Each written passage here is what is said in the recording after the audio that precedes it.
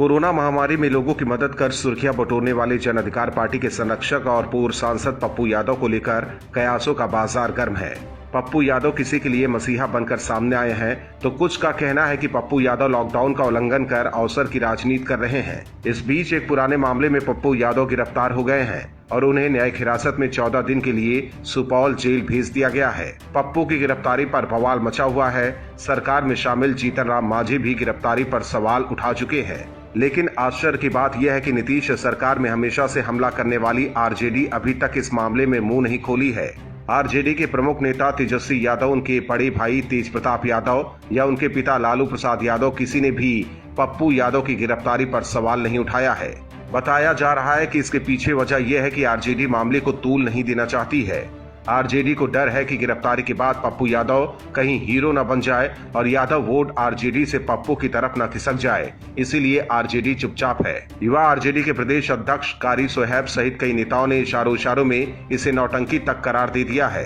दिन भर ट्वीट खेलने वाले तेजस्वी ने भी अभी तक एक ट्वीट नहीं किया है या उनके परिवार के किसी सदस्य ने भी ट्वीट करने की जहमत नहीं उठाई है। आरजेडी समेत दूसरे विपक्षी दलों को भी डर सता रहा है कि कहीं कोरोना काल में पप्पू यादव बड़े नेता बनकर ना उभर जाए, इसीलिए पप्पू की गिरफ्तारी पर कोई सवाल ही नहीं उठा रहा है।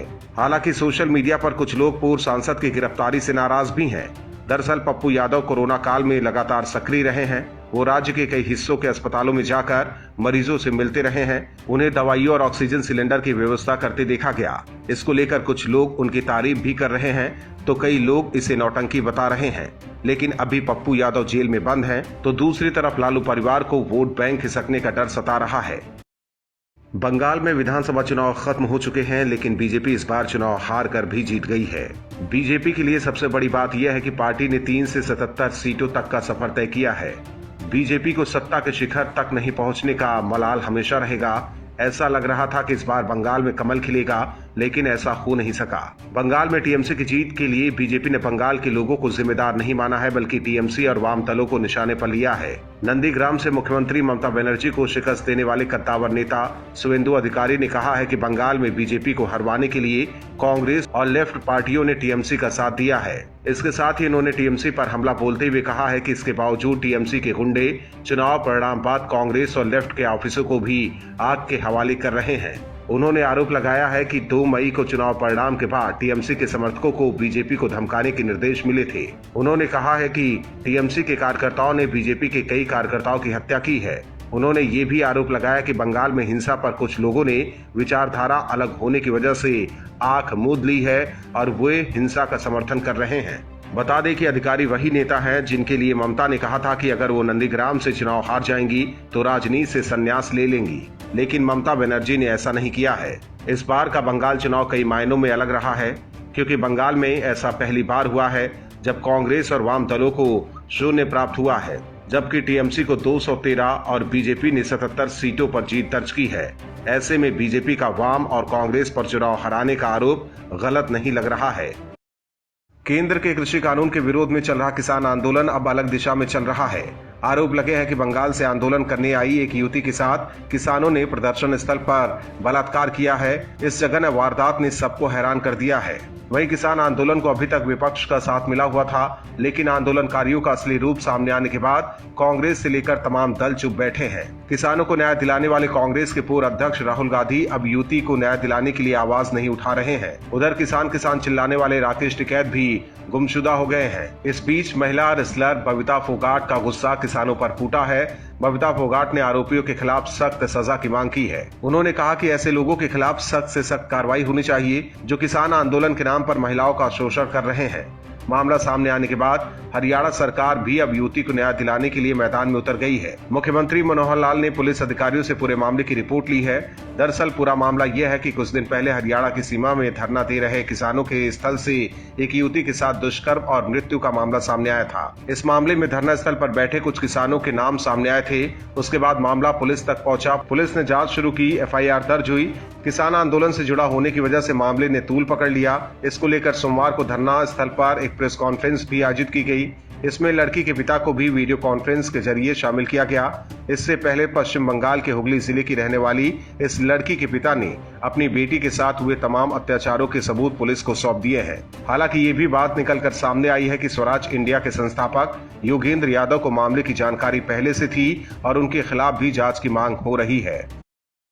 कोरोना महामारी के बीच वैक्सीन पर राजनीति रुकने का नाम नहीं ले रही है।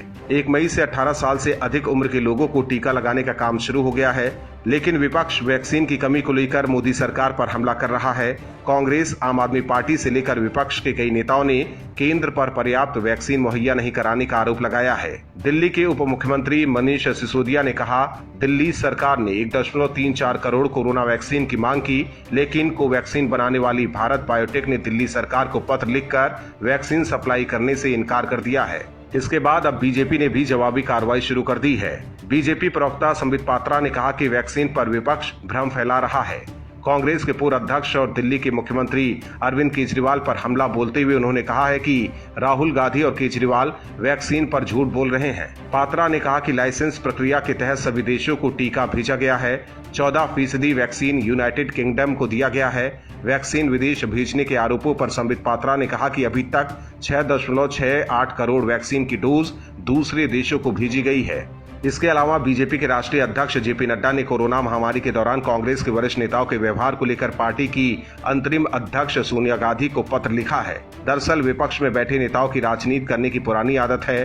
कांग्रेस समेत तमाम दलों ने पहले भारत के वैक्सीन पर ही सवाल उठा दिए थे। हालांकि जब दुनिया ने वैक्सीन पर भारत का लोहा माना और भारत में वैक्सीन की जरूरत पड़ी, तो अब वैक्सीन की कमी को लेकर ये लोग मोदी सरकार पर आरोप लगा रहे हैं। सवाल है कि आखिर कोरोना जैसे गंभीर महामारी पर विपक्ष कब तक गंदी राजनीति करता रहेगा। भारत में कोरोना के मामले तेजी से बढ़ रहे हैं। ऐसे में सरकार के सामने समस्या ये है कि कोरोना के प्रसार को कैसे रोका जाए। कई राज्यों में लॉकडाउन लगा दिया गया है, जबकि कई राज्यों में आंशिक लॉकडाउन है, लेकिन इसके बाद भी कोरोना की रफ्तार कम नहीं हो रही है। ऐसे में अब केंद्र सरकार संपूर्ण लॉकडाउन लगाने पर विचार कर रही है। कोरोना की दूसरी लहर यूपी सरकार के लिए भी चुनौती बनी हुई है। मुख्यमंत्री योगी आदित्यनाथ पिछले साल की तरह इस साल भी कोरोना महामारी से निपटने के लिए कई जरूरी कदम उठा चुके हैं। ऐसे में योगी सरकार की तारीफ WHO ने भी की है। वर्ल्ड हेल्थ ऑर्गेनाइजेशन ने योगी सरकार के डोर टू डोर कैंपेन की तारीफ अपने वेबसाइट पर की है। लेख में कहा गया कि योगी सरकार ने ग्रामीण क्षेत्रों में कोविड-19 के मद्देनजर house to house active case finding शुरू की है। इस प्रक्रिया में उन्हें आइसोलेट किया गया जिनमें कोविड के लक्षण थे। WHO ने कहा कि योगी सरकार ने इस काम के लिए कई टीमों को लगाया है, जिनका काम ये सुनिश्चित करना है कि अभियान में कोई ग्रामीण इलाका न छूटे। आपको बता दें कि यूपी के ग्रामीण इलाकों में कोरोना के मामले बढ़ने के बाद 5 मई से इस अभियान की शुरुआत की गई है। ग्रामीणों के रैपिड टेस्ट किए गए और पॉजिटिव पाए जाने पर मेडिसिन किट देकर सलाह दी गई है कि वो कैसे कोरोना से लड़ सकते हैं। इसके अलावा जो लोग पॉजिटिव लोगों के संपर्क में आए, सबका टेस्ट किया गया है। इसके अलावा योगी सरकार हर जिले में बच्चों की सुरक्षा के लिए भी विशेष इंतजाम कर रही है। इस क्रम में योगी सरकार ने विशेष तौर पर टीम 9 का गठन किया है। वहीं योगी सरकार ने कोरोना से लड़ने की मुहिम में वैक्सीनेशन प्रक्रिया को भी तेज किया है। 18 जिलों में 18 से 44 साल के उम्र के लोगों का वैक्सीनेशन किया जा रहा है। अब तक इस वर्ग में 1.66 लाख से अधिक लोगों का टीकाकरण हो चुका है। सारे इंतजामों के अलावा योगी सरकार अपने राज्य के लोगों की हिम्मत बढ़ाने के लिए स्वयं भी तत्पर है। योगी आदित्यनाथ ने खुद कई शहरों का अभी तक दौरा किया है और वहां का हाल चाल जाना है। पिछले साल योगी आदित्यनाथ की तारीफ प्रधानमंत्री मोदी ने की थी और इस बार WHO ने की है। Bureau report, OMH news. और भी वीडियोस देखने के लिए चैनल को सब्सक्राइब करें और बेल आइकन को दबाएं।